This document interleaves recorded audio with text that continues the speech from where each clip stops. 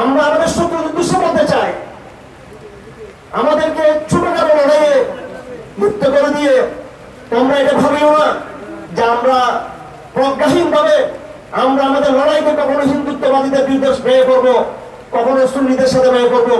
আমার হঠাৎই ইমান দীপ্ত তরুণ ভাইয়েরা আগামী দিনে বৃহত্তর লড়াই জন্য প্রস্তুত থাকবেন আপনারা সবাই। যদি আপনারা জোনায়েদ বাবুল আপনারা উত্তরসূরি হয়ে থাকেন, আমাকে আপনারা ভুল বুঝবেন না।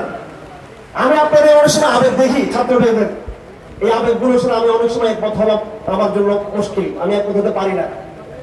আপনারা যদি আপনাদের লড়াইকে হাটাজারির রাজপথে চট্টগ্রামে গলিতে গলিতে যদি নষ্ট করে দেন, আপনাদের পক্ষে দিল্লির মসজিদে যাওয়া সম্ভব হবে না। আমি আগাম আল্লাহর নামে কসম খেয়ে বলছি, আবারও কসম খেয়ে বলছি, এখানে আমাদের জামাত শিবিরের ভাইরা আছেন, এনসিপির ভাইরা আছেন এবং বিএনপি তো আছেই, প্রত্যেকের উদ্দেশ্যে বলে দিচ্ছে, এটা কসম খেয়ে বলছি, ঠান্ডা মাথায় বলেছি, আগামী দিনের বাংলাদেশের রাজনীতি রাষ্ট্র ক্ষমতা মোল্লাদের জন্যই।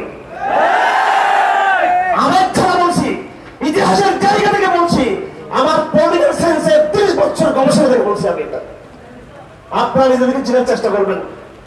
আপনারা সুন্নিদের সাথে লড়াই করে যদি নিজের বিরক্ত দেখান, আমি এটাকে কোনো বিরক্ত মনে করি না।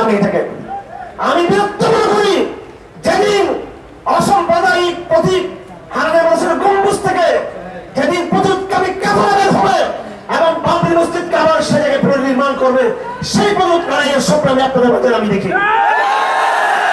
এটা গল্প নয়, আল্লামা বাবর নগরীর জীবনের অনেকগুলো অংশ আছে। আমি বলেছি তার পরিবারে তার সাক্ষী হারুন বাবর রহমতুল্লাহ আলাইহি, যিনি আল্লামা মহিউল্লাহ বাবর নগরীর আব্বা ছিলেন।